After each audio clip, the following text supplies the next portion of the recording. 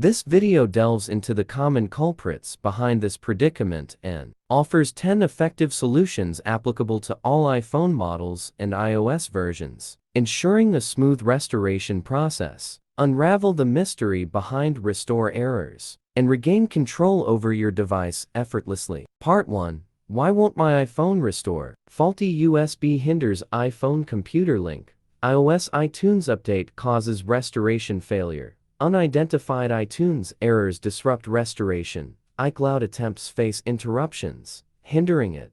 Prior iPhone jailbreak. Backup is corrupt or incompatible. Part 2. 10 solutions to fix iPhone won't restore issue. Solution 1.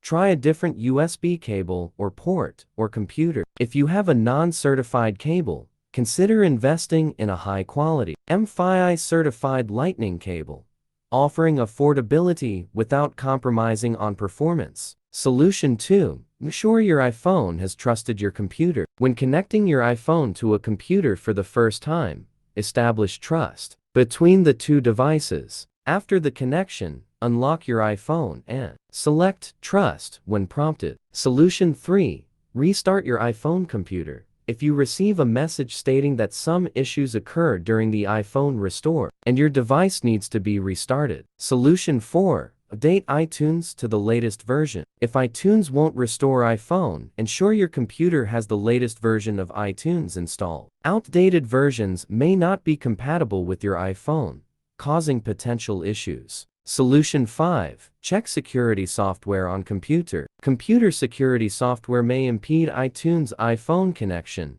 causing restoration errors. Temporarily uninstall it to troubleshoot. Solution 6.